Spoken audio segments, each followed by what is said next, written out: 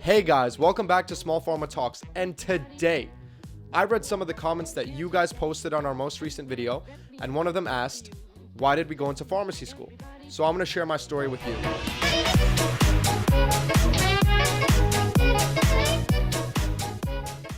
It all started when I was a wee little lad.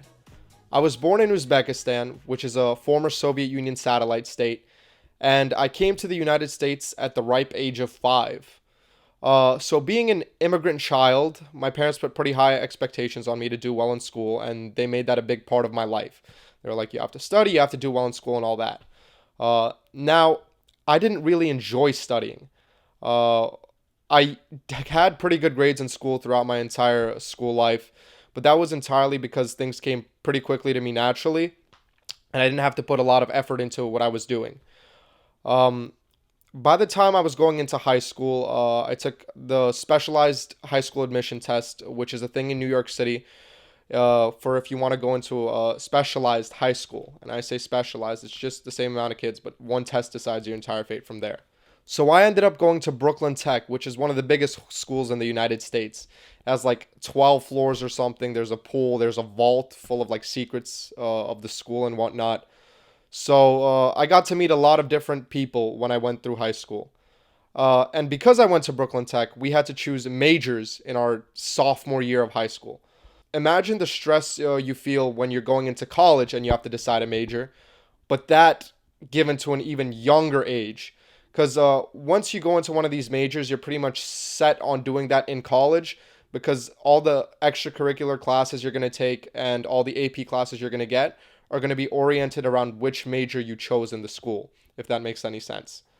Um, when time came to for this major application process in high school, I really wanted to get into law. When I told my parents I wanted to do law, they said, "No, that's it's not a good idea. Law is very oversaturated. Do something in the medical field."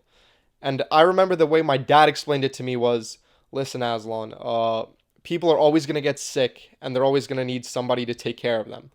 So it's never going to be a job that you are afraid of losing." So I decided to listen to them, and on the ranking list, I chose not just a medical profession because we had one medical major, but it was kind of old and it was slowly getting phased out. And we had a brand new pharmacy major. It was called the PharmD pipeline. And what this pipeline was, it was a direct association between my high school, Brooklyn Tech, and Long Island University, which is the college I currently attend to. And if you went into this pipeline, they basically guaranteed you a spot at the school with an early assurance program, considering you completed all the required classes, which is introductory to organic chemistry, some pharmacy knowledge beforehand. Considering this was the first year this major was going to launch, we were going to be the guinea pigs for this entire major. So, how well we did and how well we transitioned into LIU was going to affect the outcome for the next generation of people that had to choose whatever major they're going into. And it was only a one class major in the entire school. The school had like 6,000 people and only one class was doing PharmD. So a lot of people were skeptical about going into the major in the first place because pharmacy isn't like a very, fabulous career choice to a young person. But my parents pushed me into it, so I decided to do it. I honestly didn't even think I was going to get into the major because the class size was so small. But apparently because nobody else had registered for the major, they barely even filled up those spots that we had available. So junior year rolls around and we have to start taking our required courses for the pharmacy program. These courses included AP English and AP Chemistry, so it was just a start. And while we were in this course, all the people in the pharmacy major were grouped together, so we had all of our classes in the same room. Now, all the other kids in this major were very, very, very smart kids, in my opinion. Looking at them, they were hard workers. They studied all the time. They were very dedicated, I guess, to getting good grades in school. Now, I wasn't that type of kid. School was more of a hangout place for me, even though I did get good grades. It was more of a place to like communicate with friends, talk about what we can do. And considering it was junior and senior year that we were in the major, it was kind of like dying down. We didn't have to do as much work as we usually did. So I was like, okay. I usually sat in the back of the room in my AP chemistry class. And one day, the dean of physical sciences for the entire school comes in. So when he comes strutting into the class in a full suit on with a very stern face, in my head, I'm thinking, oh my God, what's about to happen? He comes to the very back and starts sitting next to me and my friend Max. Keep in mind, we were doing some kind of lesson about bonding or something that we were going over in AP Chem at the time. And he was doing a teacher review of the class. And if you guys know, when a teacher review comes in, it's a pretty big deal. Everybody has to act all serious, just to make sure the teacher looks good. And on this day, I didn't bring my notebook into class. So I was on a piece of loose leaf. I wasn't taking notes because I really didn't like taking notes. I processed information better when just listening to it. And me and my friend Max were messing around in the back. This dean comes in, sits right next to us, and asks us what we're doing in the class. So on the spot, me and Max have to make up the entire lesson from like just what we remember, because Max also didn't enjoy like the traditional studying process and everything. So we were out there drawing pictures, and then the dean sits next to us in a full suit, in a stern face, looking at us. So what are you guys going over in the class? Thankfully, me and Max were able to make some kind of explanation up to the dean about what we were going over in class, and it actually made sense. The one day we were paying attention, I guess. He asked me to see my notebook, and I didn't have my notebook at the time. So I'm like, oh, sorry, I didn't bring it in today. I was missing files from my backpack. I made some excuse for why I didn't have a notebook in the class for that day. And then he asked Max to see his notebook, and Max didn't have his notebook that day either. So now he's getting a little, more stern looking, and in our head we're like, oh no, that's it, we messed it up for the teacher. Then he goes over to another student in the class, and they ask them for their notebook.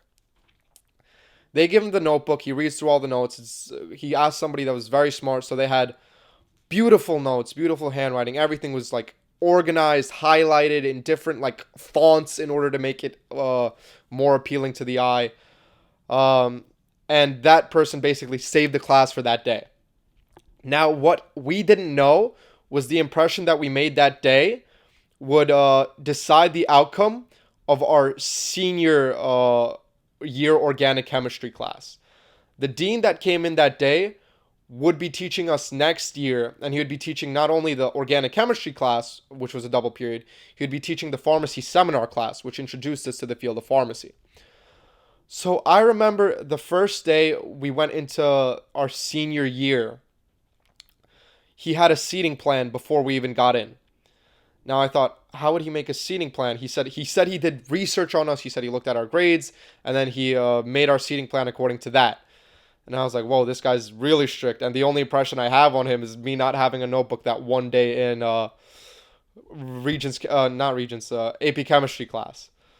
So I sit down in my seat. He put me in the very front of the room, so I would be forced to pay attention, unlike me sitting in the back of the room when I was doing AP chemistry. I'm sitting there at the front of the room, and then he gives a rundown of what we're going to do for the entire year.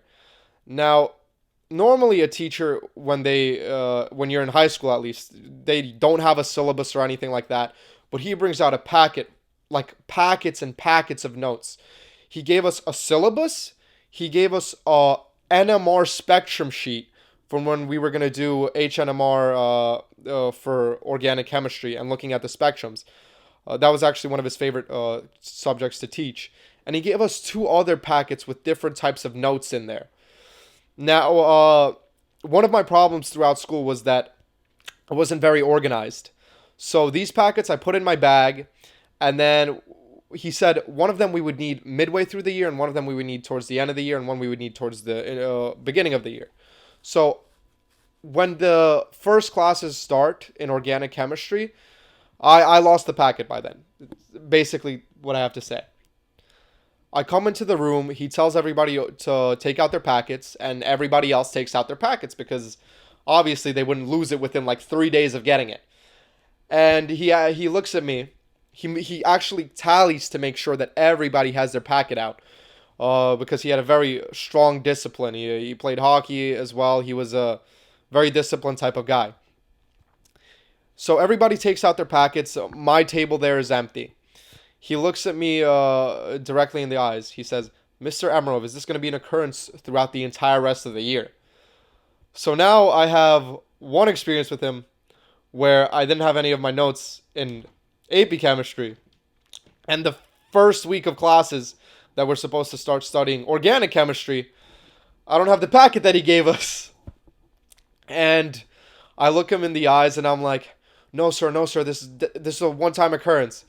Very well knowing in my head that he saw this happen before. So throughout this entire year, he basically morphed me into shape throughout the year.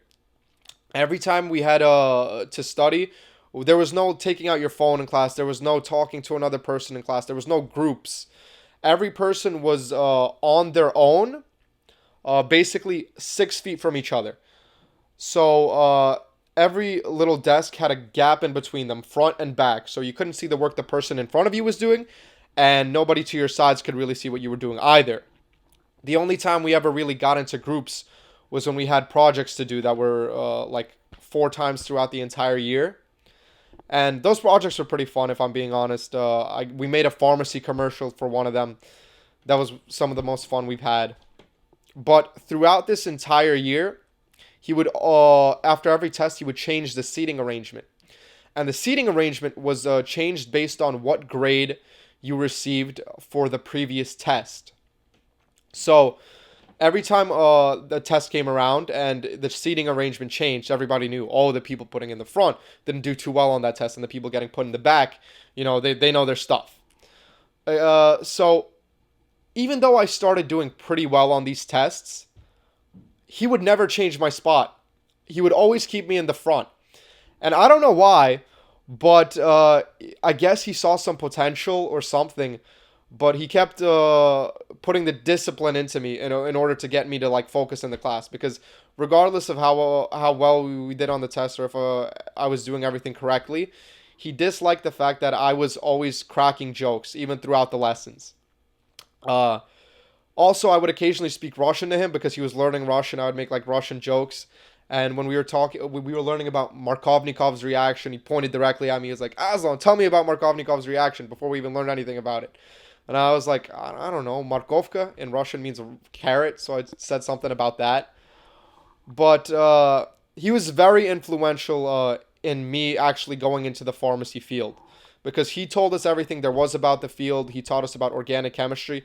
And he made me actually enjoy learning, even though it was a very strict type of class. That was the only strict type of class that I actually enjoyed being in.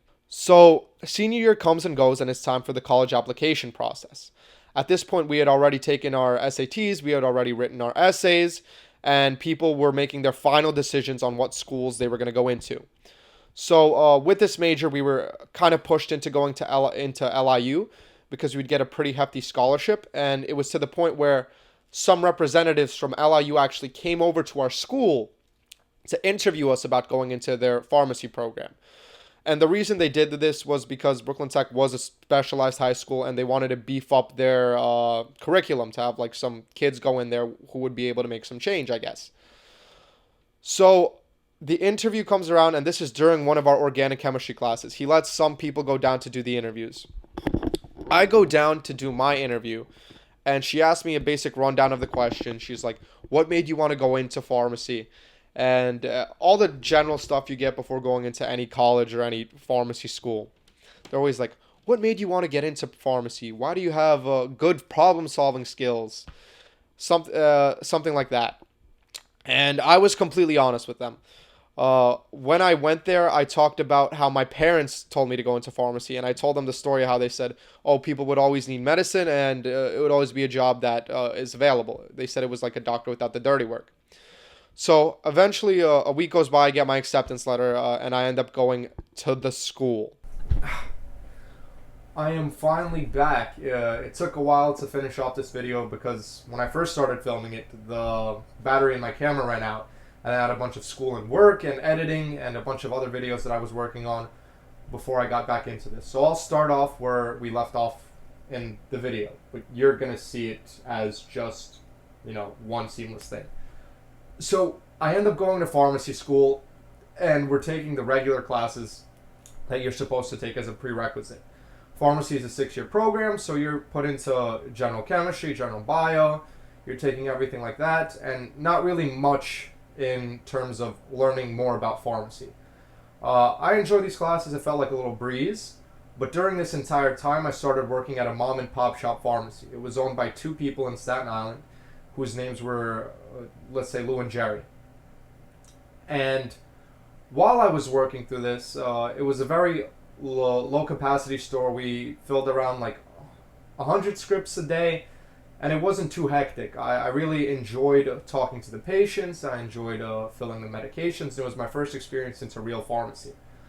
Before I got this job, I applied to every pharmacy in Staten Island, and that is not an overstatement of any sorts. I literally spent like my summer after high school going around to every single pharmacy and handing my resume in person. And since I was 17 at the time, a lot of people didn't accept me because you had to be 18 to work at a bunch of these chain pharmacies. I ended up getting a job at the mom and pop shop. It was very nice, and most of the experience that I have in the pharmaceutical field came from working with them. Eventually, I turned 18 and I transitioned into a much bigger chain store, which is Rite Aid. And while I was working there, I learned the in and outs of chain pharmacy, which is a little different than a mom and pop shop because you got to track inventory now. You have to check like vials, everything like that, and the capacity of the store was much bigger. After working and interacting with so many patients for so long, I started to also feel like the burnout, but at a much lower pace than other people because, I've only been working for like about a year at this point. And I realized that I don't want to end up staying in retail pharmacy. I enjoyed it, but the routine wasn't the type of job that I wanted to have in my professional career. So as I'm going through school, as I'm doing all this work, I find out more about the pharmaceutical field and about the in and outs of it and how interesting it could be and how different the career paths are in pharmacy. You see, working at a chain store and working at a hospital are 2 completely different jobs with the same degree. And basically, that's where I'm off now. I learned about pharmacy. I went through pharmacy school, and we're going into our professional year of pharmacy school. More excited than ever, I guess, after seeing everything. Hoping to work our way up in the pharmaceutical field by getting people to know us. That's basically my story of getting into the pharmaceutical field. Thank you guys for asking the question. Make sure to follow our Instagram. Make sure to join our Discord and subreddit where you can talk to other people in the pharmaceutical field. We have schools, different schools subreddits in the subreddits, and then also different schools in the Discord. And make sure to stay tuned. Hopefully we will be actually posting more. I know I said that last time, but times have been tough. We have a bunch of videos set up. We have one where we're going to play chess that I'm going to edit and put out soon. And we have an interview with a very special guest who I'll reveal when the interview comes out. So I'll see you guys. Peace.